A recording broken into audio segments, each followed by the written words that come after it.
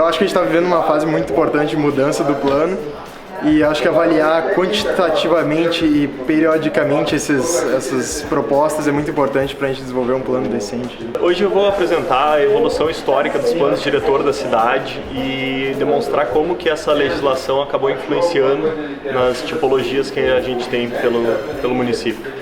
Esse é o último evento do Grupo de Normas, do exercício 2019, e a gente se juntou com o pessoal do plano diretor porque faz muito sentido a gente falar de norma e falar da nossa cidade também. A gente precisa da colaboração da comunidade, da sociedade como um todo, para, junto conosco, contribuir com esse novo formato, essa nova visão de cidade, a cidade que nós queremos, a cidade que Porto Alegre merece. Bom dia, pessoal. Está todo mundo acomodado já? Então tá bem. Esse é o nosso último evento de normas do ano e a gente imaginou que pudesse ser uma oportunidade interessante de nos juntarmos com o pessoal do plano diretor. Afinal, quando a gente fala de plano diretor, ele também é uma norma e também nos impacta diretamente. Esse evento ele tem o patrocínio do CAL, como foram todos os outros, e para lembrar vocês, ele fica gravado e ele vai ser disponibilizado depois em plataforma digital. Nesse primeiro momento, a gente vai fazer, assim como nos nossos outros formatos, a gente vai começar com o Rodrigo Petersen, depois o Rodrigo Rocha, depois o Germano. Eles apresentam um pouquinho e aí, no final, a gente faz uma abertura para perguntas de vocês. Então, vou começar por aqui.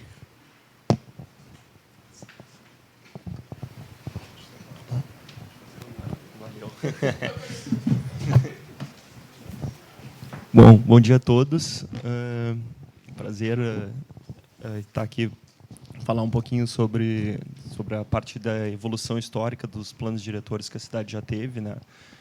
Foi um tema que eu estudei recentemente no mestrado. Agradecer também o convite do pessoal da SBEA, pela pessoa da Ellen, pela oportunidade. Enfim. Não sei se está funcionando. Peraí que eu esqueci o meu computador. Não sei se... Aí foi. Bom.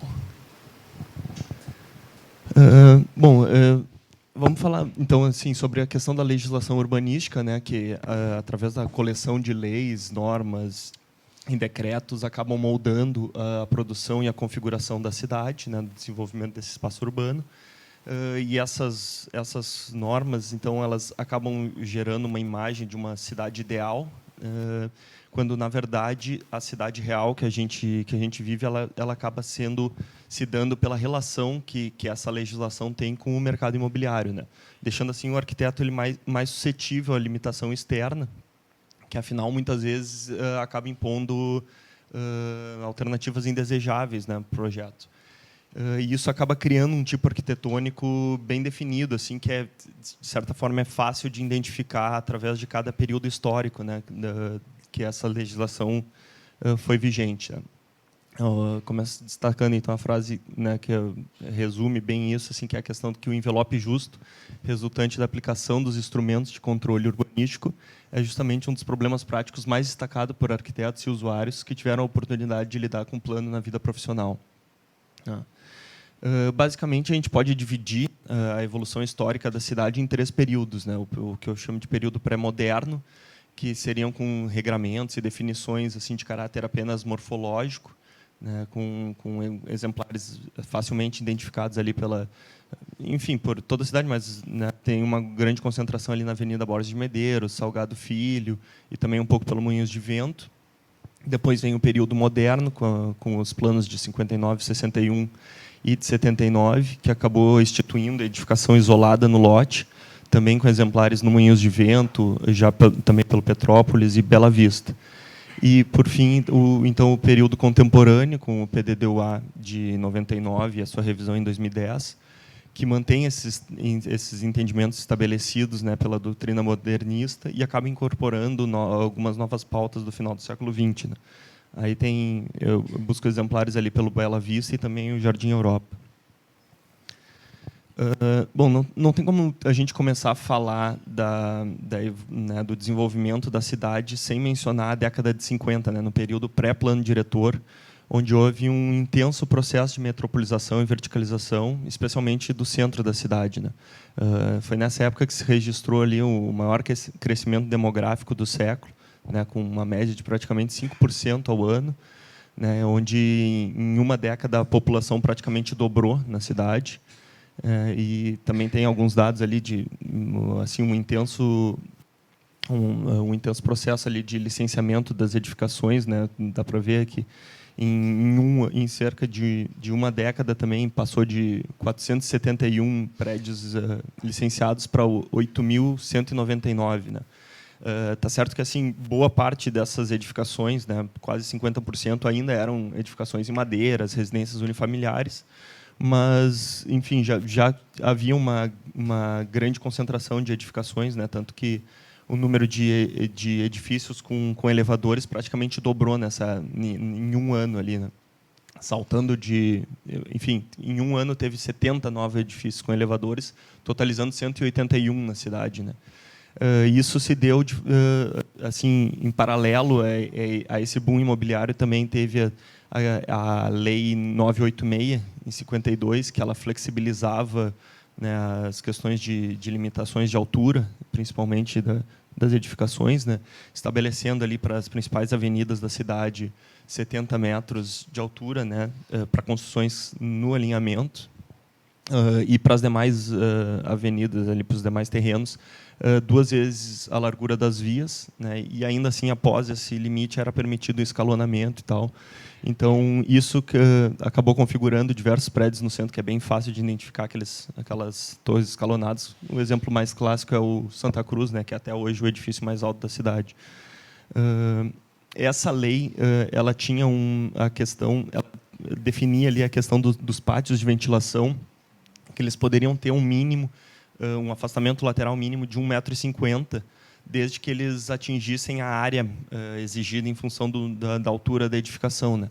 E esse foi essa, ao meu ver, foi uma falha dessa legislação que serviu assim de bengala, digamos assim, para que os técnicos da prefeitura à época, que se colocavam contra esse adensamento que vinha acontecendo na cidade, né, tivessem um forte argumento para justificar a má qualidade, digamos assim, dos projetos que estavam sendo licenciados, né?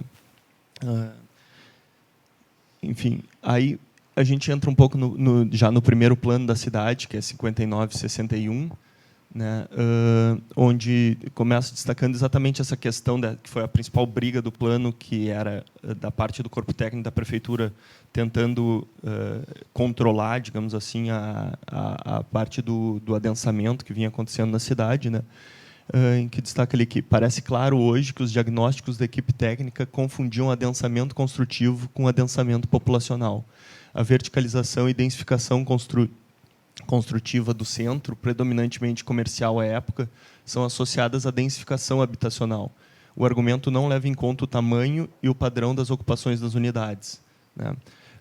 O plano diretor, o primeiro plano diretor, ele vai beber da fonte de um documento trazido de Nova York, em que, enfim, foi inovador, assim, instituindo esses regramentos urbanísticos que permanecem até hoje, né, na nossa legislação, que são questões de zoneamentos de uso, controle de adensamento, né, essa parte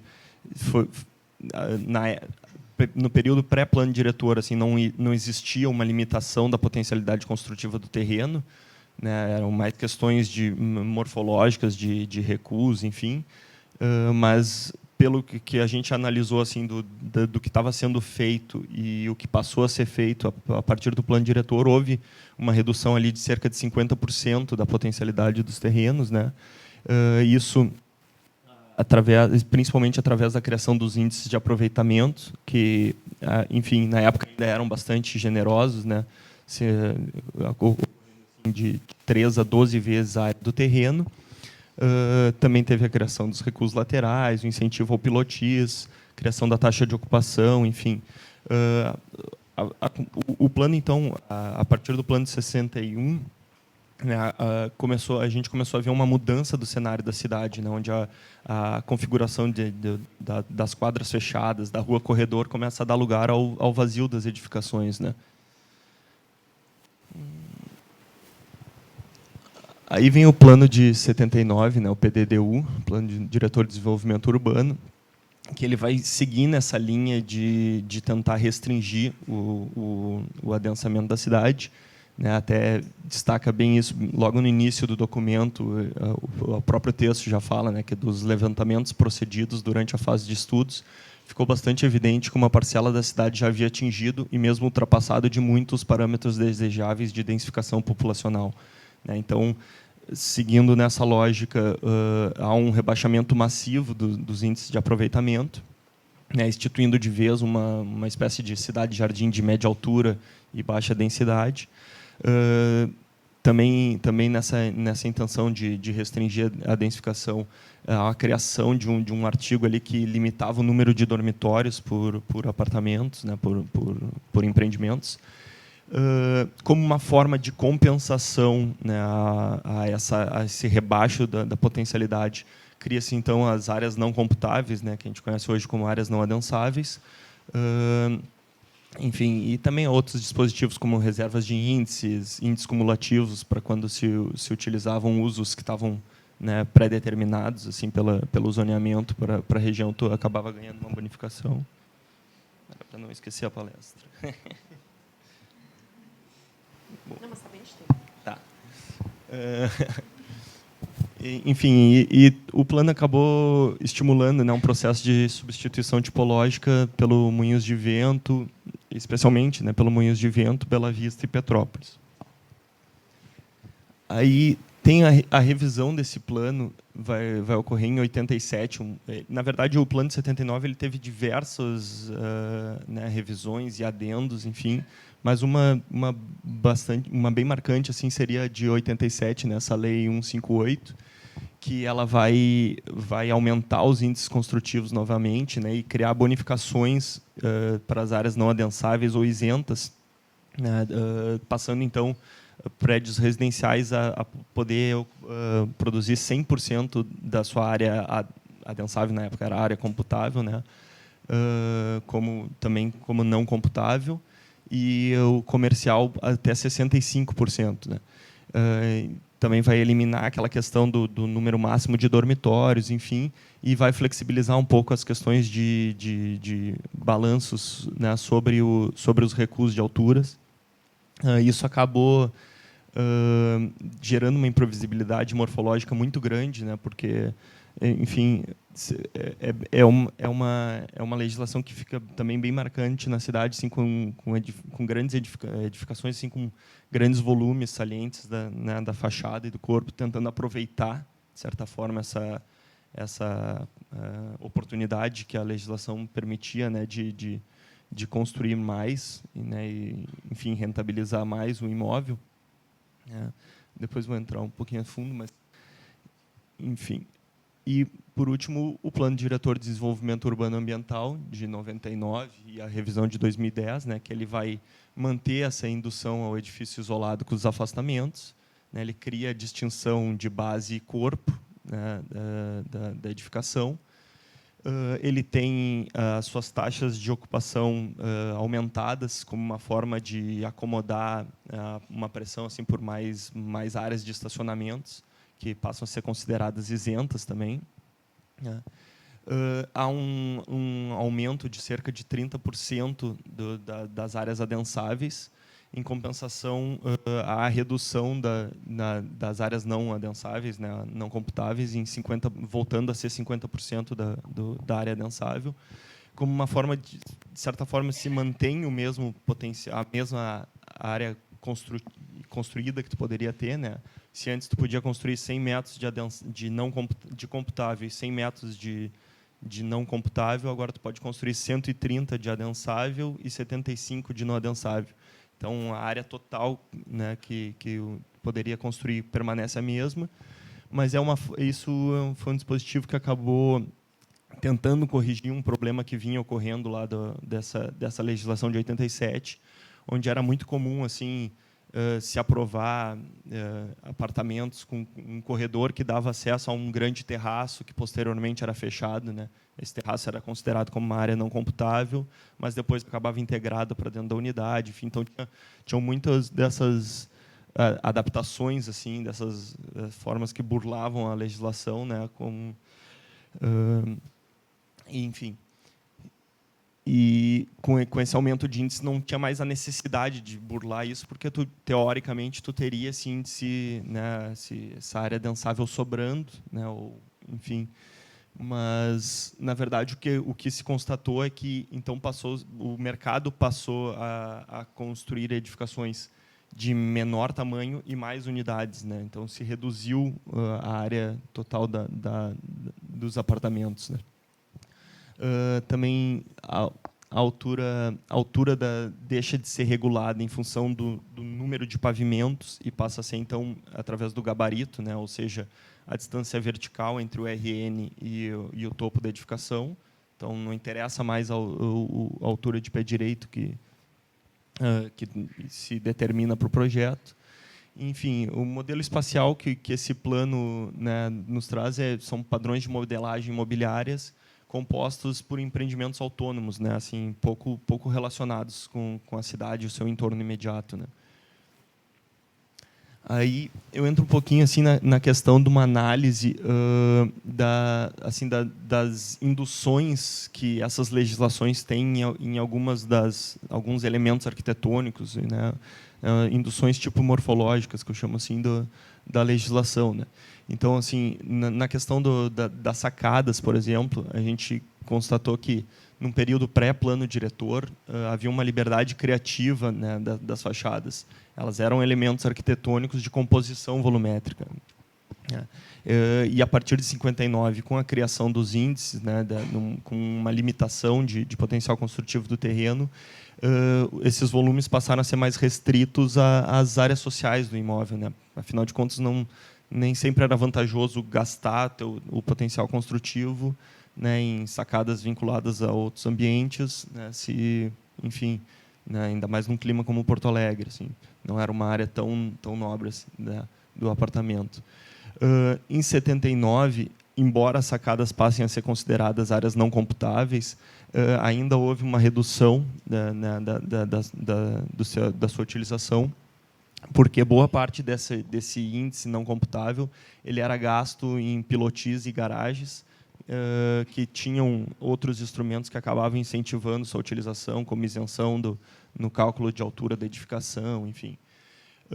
A partir de 87, então, com o aumento dessas áreas não computáveis, a gente começa a notar que há uma forte utilização, né, desse artifício, especialmente, né, por essa questão ali de conseguir, eventualmente, né, driblar a legislação e aumentar ainda mais a área do apartamento, né? E, enfim, em 99, esse aumento dos índices com a redução das áreas não computáveis, né, como uma tentativa de corrigir essa deficiência, e que acabou gerando empreendimentos, né, enfim, menores, que, consequentemente, também reduzem o uso de sacadas, né, porque, para elas serem descontadas, elas teriam que estar vinculadas à área social do apartamento. 2010, e na revisão de 2010, então, se passa a contabilizar até 2,50 metros para dentro da área da planta, né? E o que acaba gerando, de uma forma geral, assim, empreendimentos volumetricamente muito parecidos, né? Salvo exceções ali, especialmente de edificações assim mais de alto padrão, que pode se dar ao luxo de ter ambientes de estares maiores que conseguem comportar maiores sacadas, varandas, enfim, vinculadas, né? Mas, de uma maneira geral, empreendimentos de médio, alto e baixo padrão ficam mais limitados e, muitas vezes, até nem conseguem esgotar os 20%, né, máximo que o plano permite, né, para descontar de áreas não adensáveis, né. Depois entra um pouco na questão da quinta fachada, né, a cobertura das edificações, que, a partir do plano de 59, permitia ali a utilização para apartamentos zeladores construídos nesse último pavimento, né, isentando ele da altura das edificações. Em 79, também ele passa a incentivar áreas de recreação, né, que não eram computadas no índice, e também na altura da edificação. Em 87 se mantém esse entendimento, mas aí começam a ocorrer também, da mesma forma que as sacadas, essas questões de construções pós-habites. Então, eram aprovadas varandas de recreação que, posteriormente, eram fechadas e incorporadas às unidades, né? E, então, a partir de 99, há um entendimento de que, no volume superior, era apenas os equipamentos técnicos, né? Reservatório superior, casa de máquinas, enfim, né? Eliminando os usos recreativos. Felizmente, agora, recentemente, em 2017, o parecer do grupo de regulamentação voltou a estimular, né, o uso de áreas recreativas, né, nesse pavimento, né, que acho que traz uma oportunidade interessante, assim, de valorização dos empreendimentos na cidade. Também na questão da interface do espaço público e privado do pavimento térreo, né? No período pré-plano diretor, embora houvesse uma intenção, assim, do movimento arquitetônico da época, né, da utilização de pilotis, enfim, né, soltando a edificação no terreno, não era vantajoso eliminar uma utilização comercial, assim, no térreo, especialmente nas áreas mais densas das cidades, né? O que a gente constata, né, nessas edificações é muitas vezes uma espécie de falso pilotis ou pilares, assim, levemente à frente da edificação, né, simulando uma espécie de pilotis, assim, como uma forma de, enfim, de atender, assim, aos dispositivos, assim, aos movimentos, né, a corrente de arquitetura que acontecia na época, né?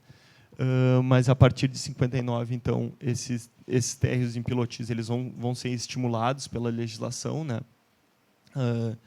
Na intenção, assim, de ter um melhor tratamento de jardins e maiores espaços de recreação.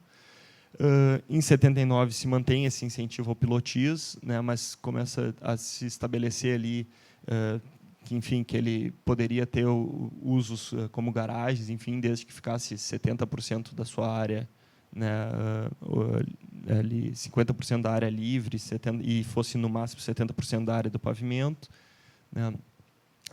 Na revisão do PDDU em 87, as garagens elas passam a ser excluídas do limite estabelecido no cálculo do índice de aproveitamento, né. E, a partir de 99, então, há essa ampliação da taxa de ocupação, né, e as garagens, né, seguem isentas, como uma forma de acomodar mais vagas de estacionamentos, especialmente nos fundos do lote, né. Isso instituiu também um tipo arquitetônico bem clássico, que é essa edificação onde as vagas vêm para o fundo dos lotes, muitas vezes até sobem um pavimento, enfim, né, mas com áreas condominiais locadas na frente do empreendimento, né. E também tem um novo tipo de apartamento que começa a surgir, que são os chamados apartamentos garden pelo mercado, que utiliza, assim, da cobertura dessas garagens com terraços vinculados a essas unidades dos primeiros pavimentos, né. Nessa questão da valorização da paisagem urbana, né, na parte da transição para a rua, entra a questão do índice do recuo de jardim, né, que talvez seja, assim, o instrumento, né, o regramento urbano, assim, mais longevo, né, na nossa cidade, né. Ele já era, assim, já foi uma norma, assim, já estabelecida lá atrás pelo Arnaldo Gladosh, ainda antes do nosso primeiro plano diretor, né, numa tentativa de criar, assim, uma nova fisionomia na paisagem urbana, né, garantindo questões de higiene, ventilação e áreas para recreação, né. Com isso, buscava-se eliminar as características originárias da tradicional cidade portuguesa, né, assim, com as construções se dando no alinhamento, e determinar uma transição do espaço público para o privado, né. Talvez por isso, até por ele ter bastante tempo, assim, uma das normas do plano que né, um dos artigos do plano que pouco mudou assim ao longo do tempo, né? Mas a gente acaba percebendo assim que ao afastar as construções das calçadas, né, acabou gerando áreas inutilizadas, e isso gradualmente foi criando um ambiente inóspito na rua, levando os proprietários a construir as cercas para se proteger, né, dessa situação, enfim, que acabam afetando diretamente também na caminhabilidade da nossa cidade, né? E, por último, então, a questão da morfologia dos volumes, né, a questão de alturas, afastamentos e taxa de ocupação, né, que no período pré-plano diretor, então, se constatava a questão da continuidade dos quarteirões, né, a partir do plano de 59, então, há um descolamento dos prédios da divisa, né, e começa a gerar, então, um tecido fragmentado e descontínuo, né, especialmente quando entrava em conflito já com edificações existentes, né, já, que se davam no alinhamento. Em 79, esses afastamentos são determinados proporcionais ao número de pavimentos, né? Respeitando esse mínimo de 3 metros de largura, né? Que permanece até hoje, enfim. A partir na revisão em 87, se aumenta o índice construtivo dos terrenos, né? E também se gera uma maior flexibilização do regime volumétrico, né? Aí foi um período em que se instituiu uma prática de embutir pavimentos. Então, o plano ele determinava assim alturas de entrepisos, né, de pavimentos, que muitas vezes as pessoas tinham um artifício ali que tu poderia colocar pilotis, tirar a área de altura de telhado, reduzir teu pé direito, e tu conseguia fazer a prática que ficou conhecida como de embutir pavimentos. Então, numa edificação teoricamente da mesma altura ali, tu conseguia ter mais lajes e com isso mais apartamentos, né? E a partir de 99, então, a altura ela passa a ser, né, regrada pela distância vertical do RN até a laje do último pavimento, e com os afastamentos estabelecidos em 18% da altura da edificação, né? E na revisão em 2010 esse cálculo é reajustado, e há um novo entendimento ali que 18% seriam para alturas até 27 metros, 20% para alturas até 42, e acima dos 42 seriam 25%, né? Além disso, nessa revisão em 2010 foram criadas a questão da área livre permeável. Enfim. Bom, dei uma passada rápida, assim, meio que pelo histórico da legislação, né, e também assim na questão assim do que muitas vezes o que é determinado na lei acaba influenciando, né, no desenvolvimento do projeto e da cidade em si. A gente pode constatar, assim, quando a gente revisa o histórico desses documentos, né, que há uma sucessão de leituras predominantemente ideológicas ali, que muitas vezes se utilizam de precedentes, né, de precedentes para validar a legislação sucessora, né? Então, muitas vezes a gente percebe ali que há algo que foi estabelecido lá atrás e que segue sendo replicado, às vezes com algum pequeno ajuste, mas sem que se pare para pensar no conceito de o porquê se buscava aquilo e por que se estabeleceu, né, aquela norma na época. E, enfim, segue se replicando, né, muitas vezes algo que já se há um entendimento que está defasado, né?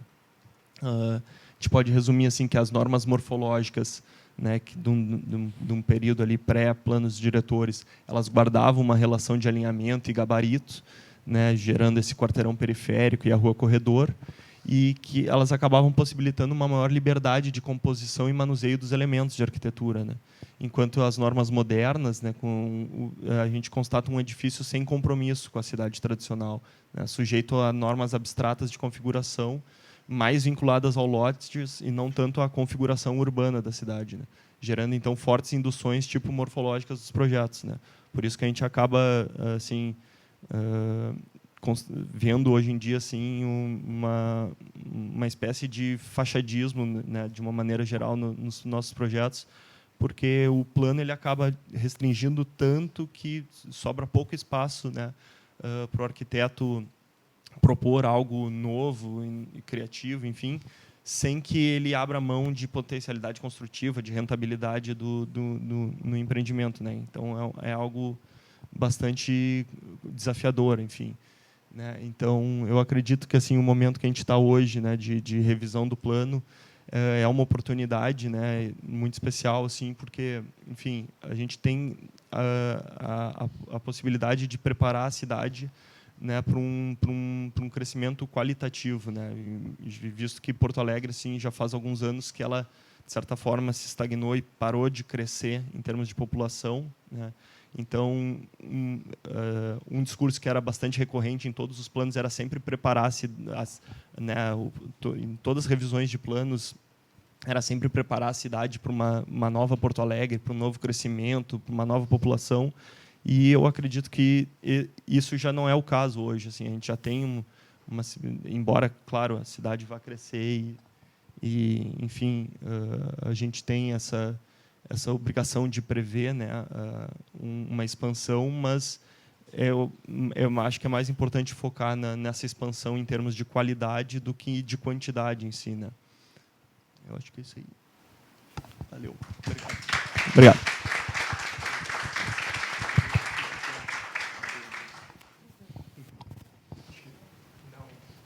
Não, passador.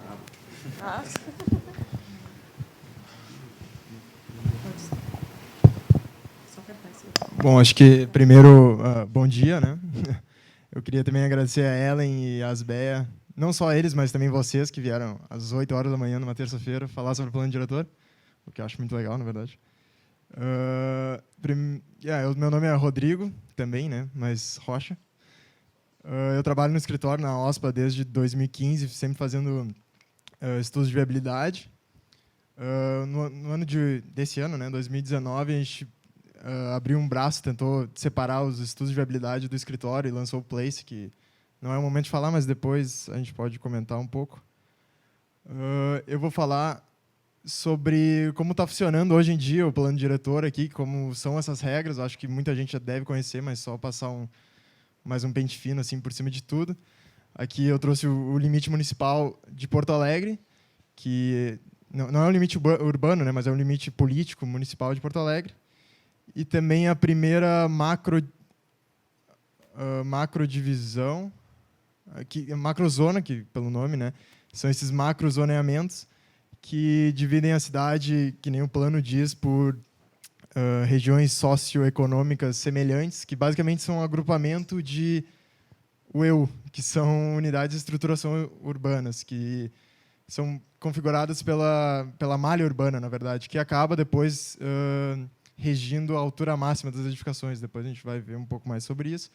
E dentro delas tem mais peculiaridades, que são as subunidades, que daí varia de acordo com a rua, a largura da rua, várias coisas também ali que são casos específicos da microzona que o lote está. E depois daí tem o quarteirão, que são as quadras, basicamente, que tem outros regulamentos específicos para cada quadra ali.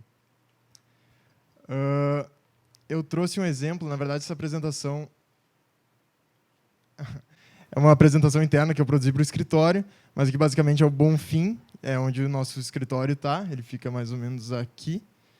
E é basicamente um dos estudos de viabilidade prévio que a gente faz. Então, eu peguei essa zona, que é... Não, deixa que não tem problema. Então, basicamente, aqui está o quarteirão que a gente está inserido. A gente tem esses 4 parâmetros, né, que a gente tira ali, dependendo da localização do lote, que é a macrozona, o EU, o quarteirão e a subunidade. E esses 4 parâmetros juntos vão gerar o regime urbanístico, que são, por si só, outros 4 parâmetros. O primeiro deles, está ruim de ver um pouco aqui pela qualidade do projetor, é a densidade, que é muito polêmico até. Hoje em dia a gente sabe que é difícil ou quase impossível de controlar a densidade, mas o plano, basicamente, a gente não usa isso para o produto arquitetônico em si, quando a gente desenvolve um projeto num lote. Ele é mais, eu não sei como se usa, na verdade, mas eu acho que é mais para loteamento urbano, desmembramento de terreno, essas coisas. Então, aqui, pelo menos na zona que a gente está, é código 19 aqui, e ele delimita, acho que, o número máximo de habitantes por hectare, que no nosso caso é 520 e poucos, eu acho. O segundo parâmetro que é controlado é a atividade. Na atividade, aqui a gente é código 5, e... Onde é que... Tá, acho que pode ir. Beleza, vou trocar jogando. Então, a atividade é código 5, que no nosso caso é Mista 2. Então, esse é um anexo 5.1, que a gente pegando essa informação de Mista 2... aqui também tem um outro anexo que lista todas as atividades que a gente pode acabar fazendo, né? Tem muitas que a gente até chegou clientes lá no escritório que a gente não tinha listado essas atividades, então foi muito difícil de entrar em alguma dessas que está listada. Mas dependendo da atividade que a gente está, elas são classificadas em comércio, varejista, atacadista, serviços e industriais. E dentro de cada um tem um nível de interferência de cada serviço ou comércio.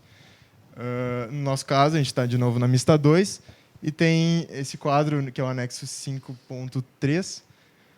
Ele fala sobre a restrição ou não restrição de tal tipo de comércio ou serviço naquela zona. Então, por exemplo, aqui a gente está na Mista 2, por exemplo, um comércio atacadista de interferência ambiental nível 3 é proibido nessa zona. Eu listei aqui também, mas ficou muito pequeno. Mas um exemplo que eu me lembro é, por exemplo, guarda-móveis. É proibido nessa zona, por exemplo. Então, aqui na segunda tabela, que é 5.4, eu tirei já os que são proibidos. E essa tabela fala o limite de porte para cada tipo de uso. Então, por exemplo, não depende do tamanho do teu terreno, o teu uso vai estar limitado a um número máximo de metragem quadrada, dependendo do uso, né, obviamente. O terceiro item é o aproveitamento, que diz respeito à metragem quadrada do edifício. No nosso caso, a gente está na 19 também, que é a mais alta de Porto Alegre, que é 2,4 o índice de aproveitamento. A gente tem solo criado, TPC. O solo criado é direto compra de balcão, e a gente é permitido nessa zona, então a gente pode comprar pequeno, médio ou grande adensamento, que pode somar 300, 1.000, ou até ir para TPC, que é via leilão, adicionar metragem quadrada construída, adensável, até no máximo de 3, que é o máximo de Porto Alegre inteiro. Cota ideal é um outro item que tem um parágrafozinho lá no plano diretor que diz que a gente só deve usar a cota ideal se tiver na volumetria 1, se eu não me engano. Que a cota ideal, basicamente, é uma metragem quadrada que a gente divide a área do terreno, que vai dar o número máximo de unidades que a gente pode ter naquele terreno. Então, acho que o caso mais latente que a gente tem aqui dentro do escritório é no Três Figueiras, ali, a gente tem uma cota ideal de 300 metros quadrados, então significa que num terreno de 1.000 metros quadrados, a gente tem que dividir por 300, que dá 3,333. Então, 3 é o número máximo de unidades que a gente pode ter naquele terreno. Então, como o índice lá é 1,3, então a gente tem 1.300 metros quadrados, a gente tem que dividir os 1.300 de adensável pelo nosso número máximo de unidades. Então, dá unidades muito grandes, então muitas vezes acaba inviabilizando muitos empreendimentos novos, né? Aqui mais um resumão falando do solo criado e do TPC, que o solo criado tem essas planilhas que eles atualizam, acho que a cada 4 meses, no site da prefeitura, que dá um preço, ou deveriam, não sei, por volta desse tempo, o preço médio por metro quadrado é adensável e não adensável, e também o TPC, que varia por quarteirão. Tem quarteirão que não tem TPC disponível, que já foi comprado ou nunca teve. Que também tem uma tabela falando, que eles atualizam também essa tabela, falando quanto que tem disponível naquele quarteirão. Só para demonstrar para vocês, a planilha que está no site hoje da Prefeitura, ela tem vigência a partir de abril ou maio de 2020. Então, ela sempre é publicada e depois ela tem um período para ser vigente. Tá? Informações de ontem da UDRI. E, por último, aqui a volumetria, que no nosso caso é número 11, que também é uma das maiores de Porto Alegre. Acho que a altura máxima é 52. A da divisa, ele bota 2 valores, mas depois no anexo 7.2 ele fala que esses valores variam de acordo com os logradouros que tu tá, então depende da rua ele é mais livre ou menos livre. No nosso caso, eu acho que é o mais livre. Então, na altura da divisa, a gente pode chegar a 18 metros. E de base, se a gente optar por uma volumetria de corpo e base, a gente pode chegar até 9 metros. Taxa de ocupação, mesma coisa, tem 2 valores, um para o corpo e um para a base, que é de 75% e 90% do terreno. Aqui é o anexo 7.2, que fala sobre as ruas, que se a tua rua tiver aqui, o número do lote também da rua, tu pode usar o segundo valor ali, o menos restritivo. Aqui um resumão sobre todas as informações que a gente tira no primeiro momento, né, sobre a densidade, atividade, aproveitamento e volumetria. E depois eu boto em um quadro de áreas para, hipoteticamente, calculando sobre um terreno de 1.000 metros quadrados, tendo o índice 2,4, que é o da região, e comprando 300 metros quadrados de solo criado, a gente chega a uma área densável de 2.700 metros quadrados. A área não adensável é a metade disso, é 50% da adensável, e então chega a 1.350.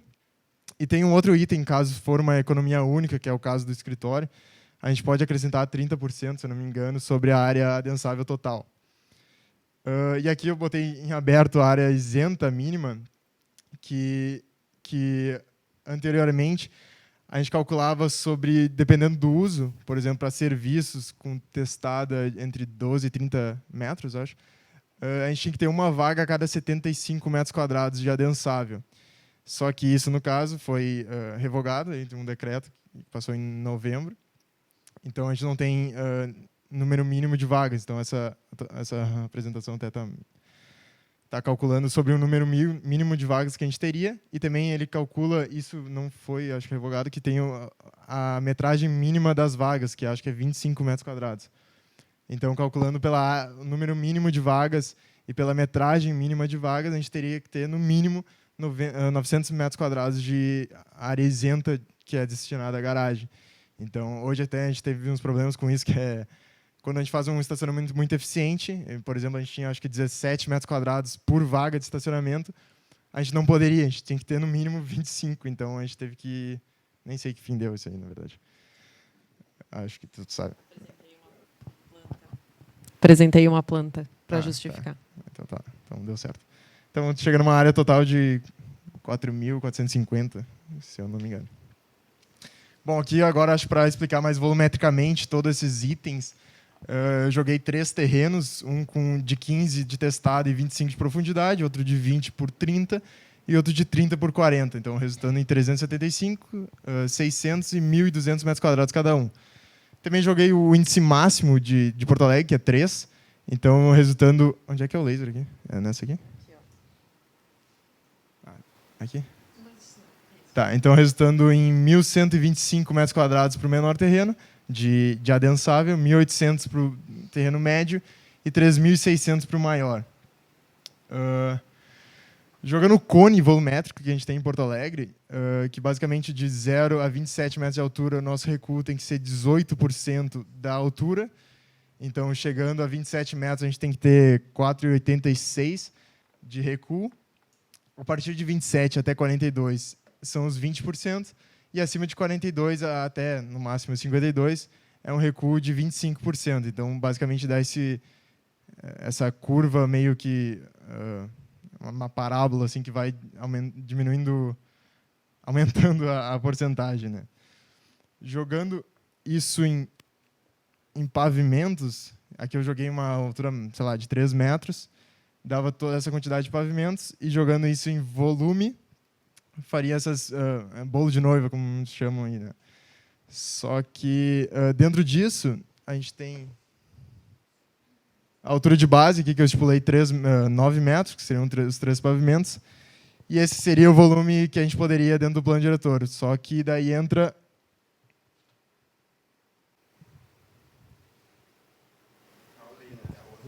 Ah, bom. Então, tem outro item que acaba restringindo as edificações, que são...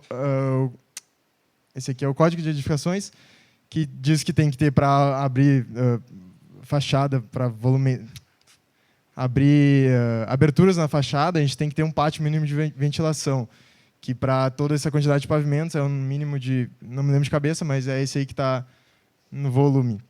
Então, toda essa área daria uma área total de, no melhor dos casos, aqui no maior terreno, no caso, né, de 5.583.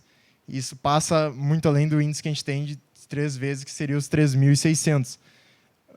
Nesse aqui chega a 1.600 e alguma coisa, que passa também, mas nem assim, no menor caso, chegando na altura máxima dele, a gente consegue esgotar o índice.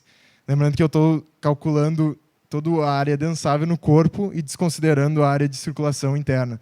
Mas também eu não estou contando nenhuma área adensável, nem não adensável na base, né?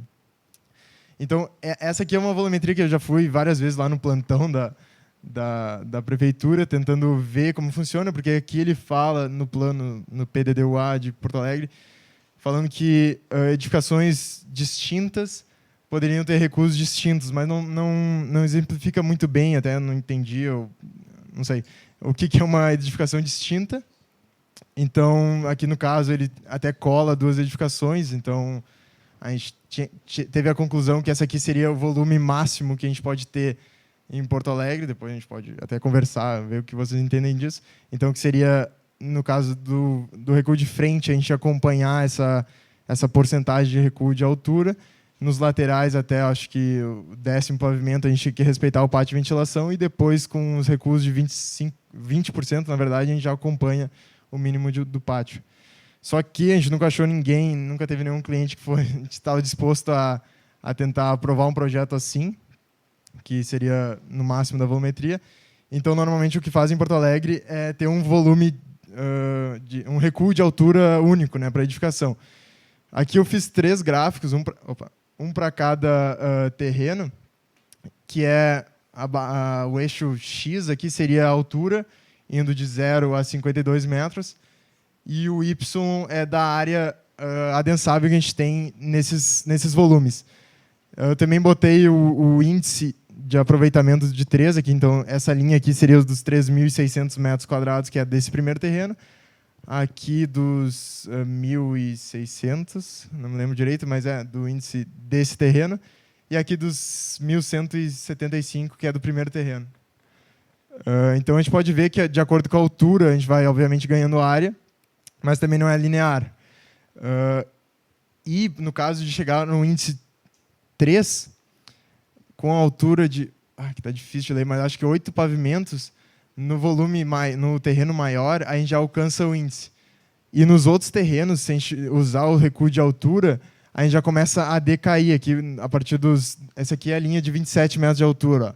Então, depois daqui, a gente vai ver que vai pular de 18% para 20% do recuo. Então, vai ter uma queda brusca aqui na área que a gente consegue ter.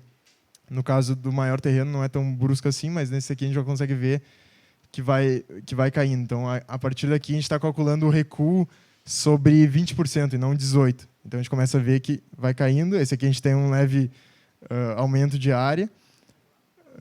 E aqui, no primeiro terreno, a gente já vê que é uma volumetria que é inconstruível, né? Basicamente uma parede. E a gente já chega quase a 0 metros quadrados nessa volumetria aqui. E assim a gente vai, esse terreno maior continua beirando o índice máximo de 3, mas os outros 2 nunca alcançaram. Aqui, pelos gráficos, a gente consegue ver que eles não vão conseguir alcançar. E aqui a gente chega na linha de 42 metros, que passa para 20% da altura. O recuo passa para 25% da altura, né? Então, a gente vê uma queda mais brusca ainda da área que a gente consegue esgotar. Chegando nesse aqui, o próximo valor vai ser 0. E esse aqui até cai pela metade aqui, a área que a gente consegue construir. Se a gente subir 1 metro de altura, passando dos 52, a gente cai pela metade da área que a gente consegue construir. E depois ele vai se estabilizando um pouco, mas sempre caindo aqui, né? Então, isso aqui, basicamente, eu fiz para demonstrar que, embora o índice seja... muitas pessoas dizem que pode ser baixo para Porto Alegre, mas a volumetria é um pouco ou muito mais restritiva que o próprio índice. Então, isso até acho que complementa um pouco o que o Peterson falou, que é para viabilizar os empreendimentos, a gente acaba sempre tentando esgotar o índice, né, para diluir o valor do terreno. Isso acaba chegando sempre numa mesma volumetria, na maioria das vezes, que é, acho que é a forma mais otimizada, a gente consegue ver que é os 27 metros de altura, que é o máximo de altura com menor porcentagem de recuo que a gente consegue fazer. Então, por isso, sempre tem esse recuo característico de 4 e quase 5 metros de recuo. E eu acho que é basicamente isso, na verdade. Não tinha nada. A gente quer sentar aqui?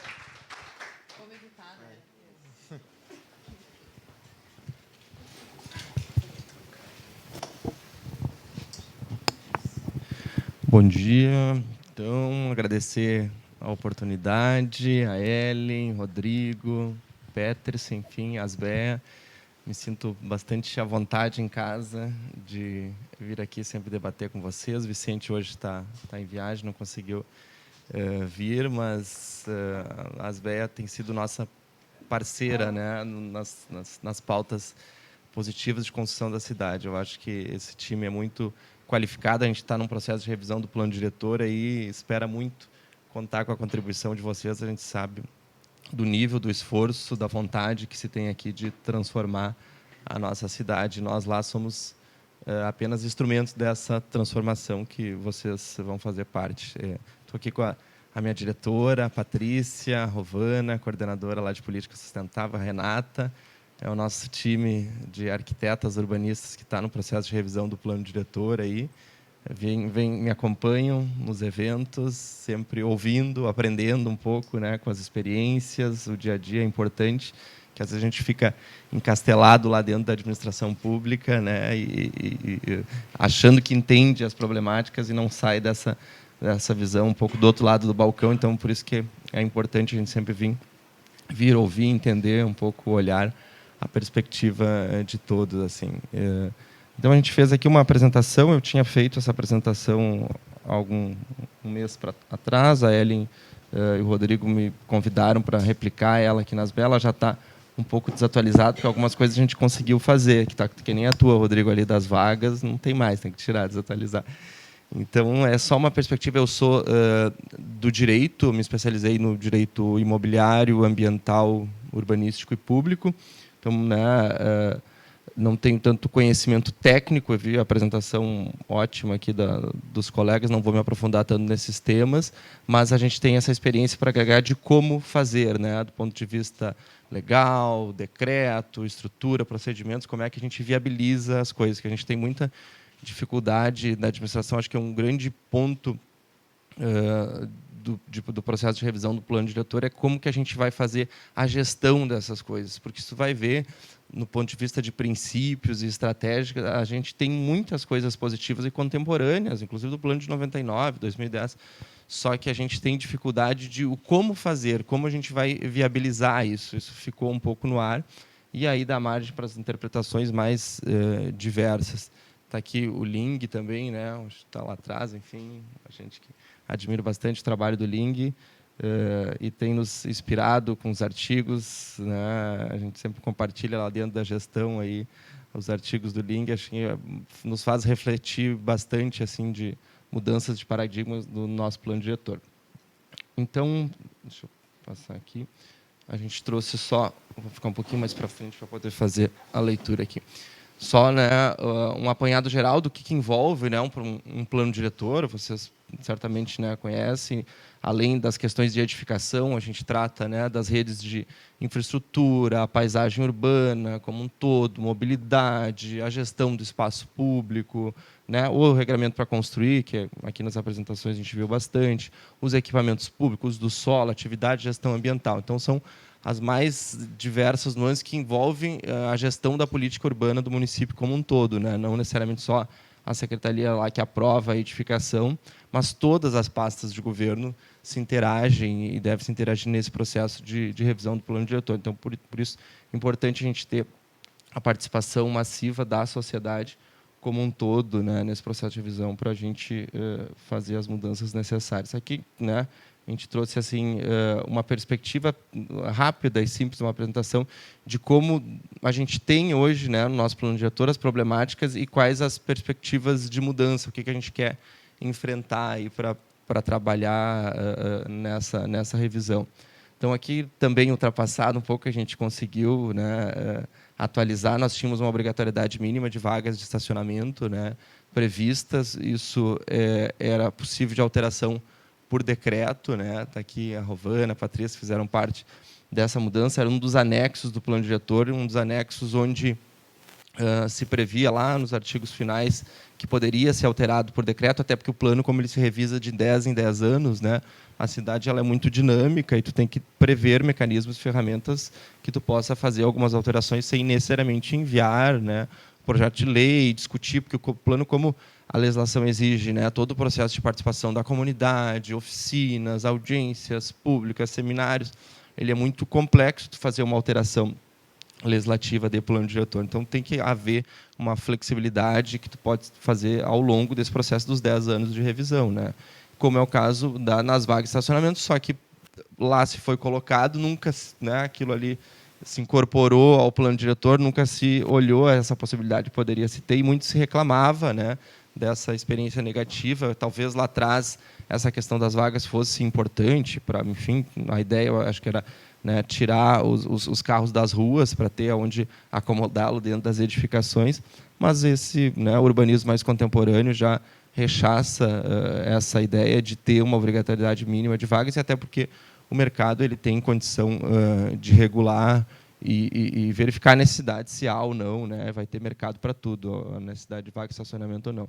Então, a gente, dentro daquilo que era possível revisar já lá por decreto, já fizemos a alteração, porque sustentamos que o plano diretor, discutido com a sociedade, com a comunidade como um todo, que teve audiência pública, que teve oficina, ele previu, num dos seus artigos, a possibilidade de alteração por decreto, então não haveria necessidade de fazer todo esse processo de revisão do plano diretor para alterar esses parâmetros. Então, a gente revisou o que ficou ainda pendente, que está dentro do plano diretor, que não poderia ser alterado por decreto, que é a questão do cômputo como área não adensável, né? Também isso acaba gerando um estímulo ao uso das vagas de estacionamento, né? Numa outra perspectiva, né?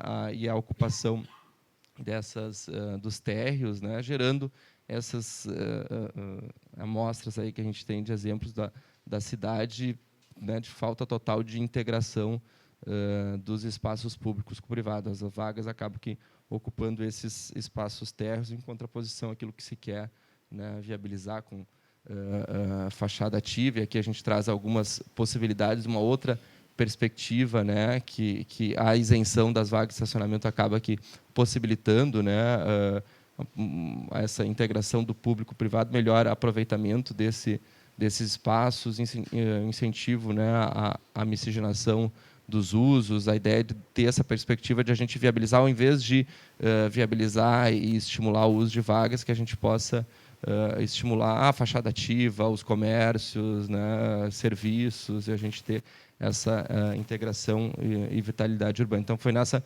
perspectiva que a gente trabalhou a liberação das vagas de estacionamento, tentando viabilizar uma cidade também mais compacta, trazer esses empreendimentos que acabam se instalando e buscando mais terrenos, né, para regiões mais afastadas da cidade, em função dessa obrigatoriedade mínima das vagas, que eles possam talvez se instalar, inclusive essas habitações de interesse social, Minha Casa Minha Vida, empreendimentos, né, mais populares, que precisavam de um número mínimo de vagas, e pesquisas demonstravam que não se tinha essa necessidade, ficavam essas vagas ociosas. Então, a ideia foi né, viabilizar, possibilitar que esses empreendimentos se instalem em regiões das cidades onde se tenha uma infraestrutura mais organizada, né, definida. Viabilizar, por exemplo, o quarto distrito. A gente tem uma dificuldade enorme ali no quarto distrito, que não se tem muitas vagas. Então, muitos comércios, muitas atividades que tinham obrigatoriedade mínima não poderiam ali se instalar, porque tinha essa obrigatoriedade de vaga de estacionamento, que hoje a gente pode, né, viabilizar, porque não vai se ter mais. Então, foi nessa perspectiva que a gente mudou e vem trabalhar agora no processo de revisão do plano diretor essa outra perspectiva de viabilizar as fachadas ativas. Tudo aquilo que foi de incentivo, entendeu, que se tinha para vaga, de isenção, a gente vai trabalhar numa outra perspectiva, utilizando os instrumentos urbanísticos para viabilizar essas fachadas ativas, a integração do público-privado. O recuo, né, aqui bem explicado as problemáticas que a gente tem com os recuos, né, essa desconexão, insegurança, porque gera, né, não são áreas tão caminháveis, a falta de integração do público com o privado, a mesma, né, gerando, o pessoal que explicou, a mesma tipologia. Nós queremos trabalhar numa perspectiva de alterar essas exigências para tirar essa necessidade de uma edificação base-corpo que acaba se formando, e o pessoal mostrou aqui, para a gente qualificar, né, esses espaços térreos, trazer essas edificações para mais próximo, ou talvez aproveitar esses recuos, talvez não trazer tanto para perto, mas viabilizar calçadas, espaços públicos adequados para as pessoas interagirem, enfim, essa perspectiva de a gente fazer essas alterações, e a equipe vem trabalhando bastante nessas alterações, pensando como que a gente viabiliza e altera essa questão dos recursos para viabilizar mais segurança, caminhabilidade, enfim, nesses, né? E o próprio problema das alturas, né? O pessoal comentou aqui que acaba que se inviabilizando muito em função, né, dos recursos, das exigências. A gente tem essa perspectiva de corrigir um pouco isso. Aqui, né, falamos um pouco da cidade espraiada. Eu acho que talvez alguns planos anteriores se tinha essa perspectiva de dividir a cidade, né, espraiar ela como um todo, né, não adensar num determinado território. E hoje, me parece, nas caminhadas que a gente vem fazendo com entidades e conversando, já discutindo, já se tem uma visão mais contemporânea e uniforme de que a cidade ela tem que estar mais compacta, né, para tu ter uma qualidade, melhor qualidade dos serviços e, né, da utilização da infraestrutura existente, que a gente consiga compactar essa cidade e, por conseguinte, em função desse compactamento, tem que haver, né, esse melhor adensamento dos territórios onde se tem infraestrutura, porque hoje a gente tem, né, altos custos de infraestrutura para deslocamento, para transporte, né, ocupações em áreas ambientais, a subutilização, enfim, a ineficiência urbana como um todo. Então, a gente trabalha numa perspectiva de compactar mais o nosso território, aproveitar a infraestrutura existente. Nós temos infraestruturas subutilizadas em diversos territórios do município mais próximos, e a gente tem que equacionar melhor essa distribuição e, por conseguinte, então, viabilizar um pouco mais da altura, da volumetria, e adensar esses espaços. Então, o pessoal vem trabalhando, né, a gente comentou aqui da cidade compacta, né, a otimização dessa infraestrutura existente, a eficiência do, né, transporte coletivo, caminhabilidade, vitalidade urbana como um todo. E sim, vai impactar na altura das edificações, porque a gente vai conseguir, né, ter um adensamento mais qualificado quando a gente também mexer nessa questão da altura. A infraestrutura, né, urbana, a gente tem bastante dificuldade, embora a gente tenha instrumentos fantásticos para trabalhar isso, instrumentos urbanísticos, no próprio plano diretor, para resolver esse problema da infraestrutura. O próprio solo criado, né, tu vai pegar o conceito dele, na origem, ele é para resolver problema de infraestrutura urbana, só que, infelizmente, ele não retorna para a infraestrutura, ele acaba que indo para um fundo específico, que fica lá contabilmente, que não retorna para a construção do território da cidade. Então, só, né, os empreendimentos, se bem organizados, né, e adequados com os instrumentos urbanísticos, eles, por si só, possibilitariam a construção organizada do território da cidade, resolvendo esses problemas de rede, que a gente tem, né, muitos problemas sérios com calçadas, com rede, água, esgoto, enfim, e a própria desqualificação do espaço público como um todo. Então, a gente trabalha lá agora, né, nesse processo de revisão do plano para organizar melhor esses instrumentos urbanísticos, a gente poder dar esse enfoque para o espaço público, né? Uma das diretrizes que a gente tem lá na nossa revisão é não mais fazer esse olhar restritivo do lote privado, como se tem a gente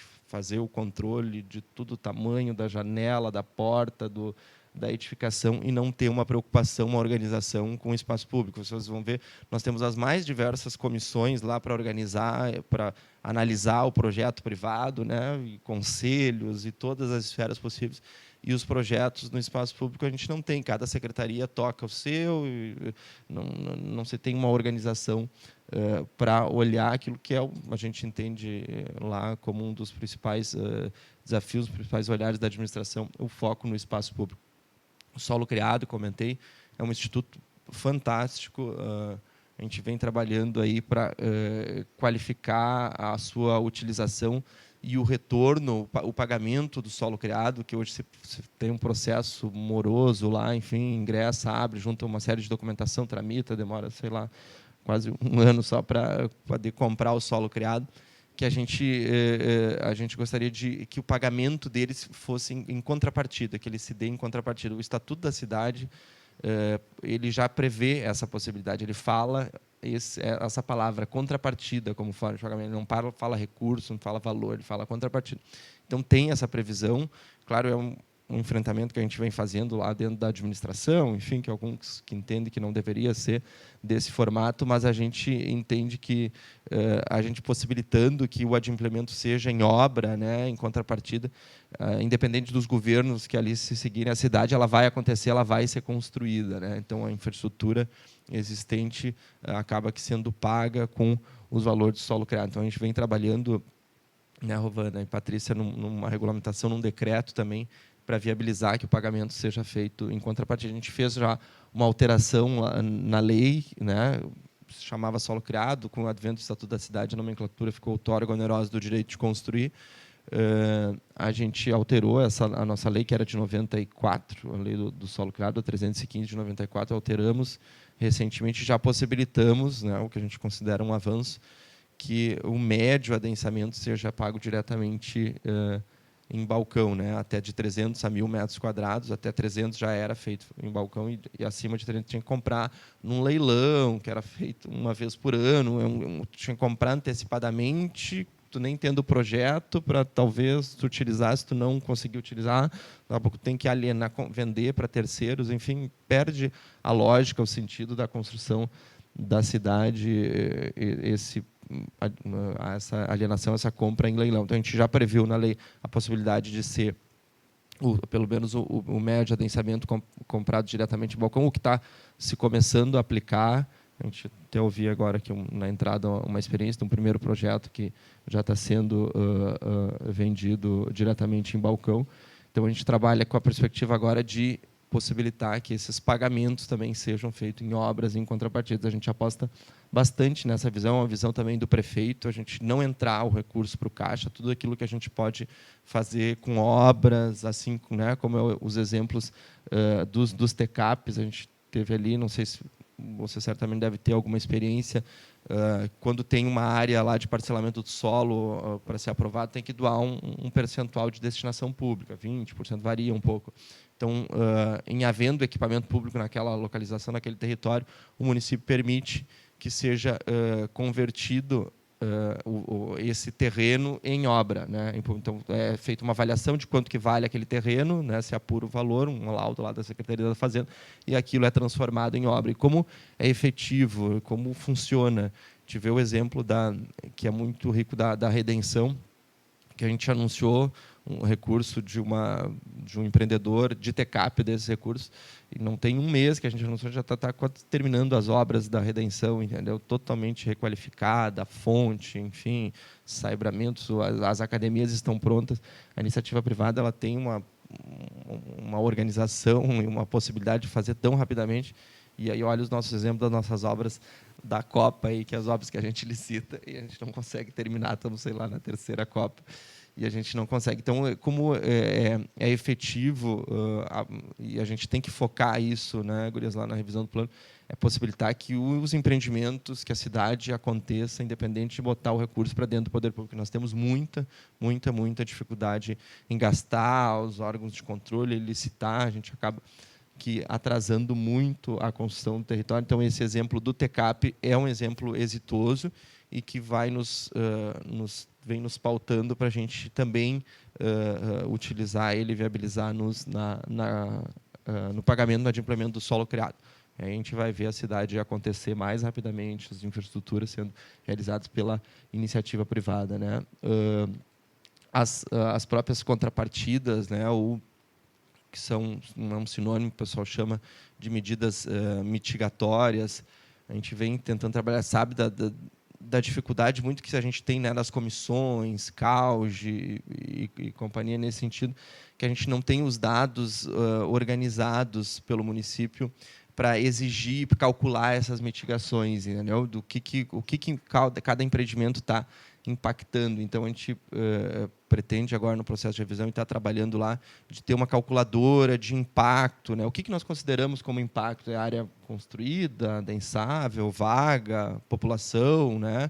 O que o município considera como impacto? Isso acaba que, hoje, cada secretaria, cada órgão tem um olhar, né, dentro lá da administração. A IPTC olha a questão das vagas, a Secretaria de Educação olha se tem escola, no local a saúde olha se tem posto, e, a partir disso, ela exige a medida mitigatória ou a contrapartida, como vocês conhecem, para a realização dos empreendimentos. Então, é um pouco desorganizado, a gente não tem uma métrica, uma matriz numérica, a gente vem tentando trabalhar para estabelecer, até para calcular, né, esse empreendimento previamente. E aí é uma grande possibilidade que se tem de o poder público estimular determinados tipos de soluções de edificação, né, edificações sustentáveis, por exemplo, né, Rovana, a gente vem trabalhando, né, em fazer uma tabela com pontuações, né, para a exigência das medidas mitigatórias ou contrapartidas. Por exemplo, se tem determinado tipo de certificação, tu vai pontuar positivamente. Se é outra solução, é negativo. Se é isso, tem, né, desenvolvimento econômico, pontua positivamente. Outros negativos. E, ao final, tu ter um número e, a partir desse número, tu ter um percentual lá que tu vai pagar da medida mitigatória, vai contribuir para a construção do território da cidade. Então, tu ter previamente isso, a gente consegue até estimular alguns tipos de soluções, né? Por exemplo, a gente tem que estimular aquelas edificações com soluções mais sustentáveis, né? que solucionam os seus problemas. Tem muitas edificações que resolvem os seus problemas de mobilidade, enfim, que são pensadas de forma mais inteligente, a gente tem que enaltecer e ressaltar. E como a gente trabalha isso com instrumentos urbanísticos, né? É no bolso que vai acabar aqui, né, se estimulando. Não. Então, a medida mitigatória, ali, a contrapartida que o pessoal exige, é uma ferramenta fantástica que o poder público tem e tem que ser melhor trabalhado, né? A gente tem que ter previamente definido o que a gente calcula, né, o que a gente mensura, o que a gente entende como positivo ou não, né? Isso, né, a gente melhora lá a infraestrutura da cidade, gestão, né, do espaço público e a coerência da tomada de decisão como um todo. Aqui, bom, eu sei que andou rolando uma foto aí que não é essa, né? Mas não, eu peguei uma do judiciário, essa aqui é do judiciário que está organizadinha, entendeu? Essa aqui está nas caixinhas. Quem dera, né, se a gente tivesse nessas caixinhas. Mas eu não podia botar a foto a nossa foto, eu não botei aqui.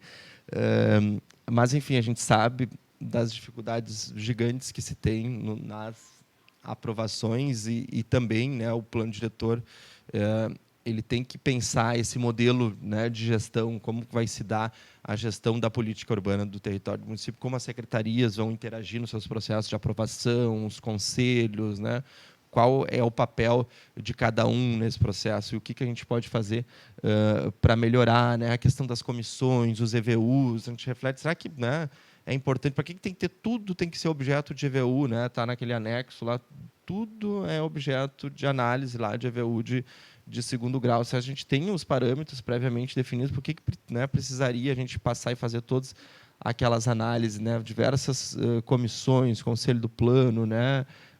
A gente comentou das medidas mitigatórias, né, um pouco divergentes, às vezes uma secretaria pensando uma, outra, e aí sempre dá um pouco de confusão. Se tu não tem a regra previamente definida, tu vai ter dificuldade de implementá-la no transcurso, né, processos bastante burocrático, trâmite lento, falta de dados, né, análise caso a caso, e a gente não aproveita tudo aqueles estudos que a gente solicita, às vezes estudo de tráfego, de viabilidade urbanística, o empreendedor traz esses estudos para dentro do poder público e a gente coloca dentro de um determinado processo físico e depois vem o empreendimento do lado e a gente pede tudo de novo, né? A gente não consegue concatenar essas coisas e por isso a gente vem pensando aí, agora recentemente lançamos também o processo digital de aprovação de projetos. Não tem ainda para o estudo de viabilidade urbanística e para aprovação do projeto arquitetônico.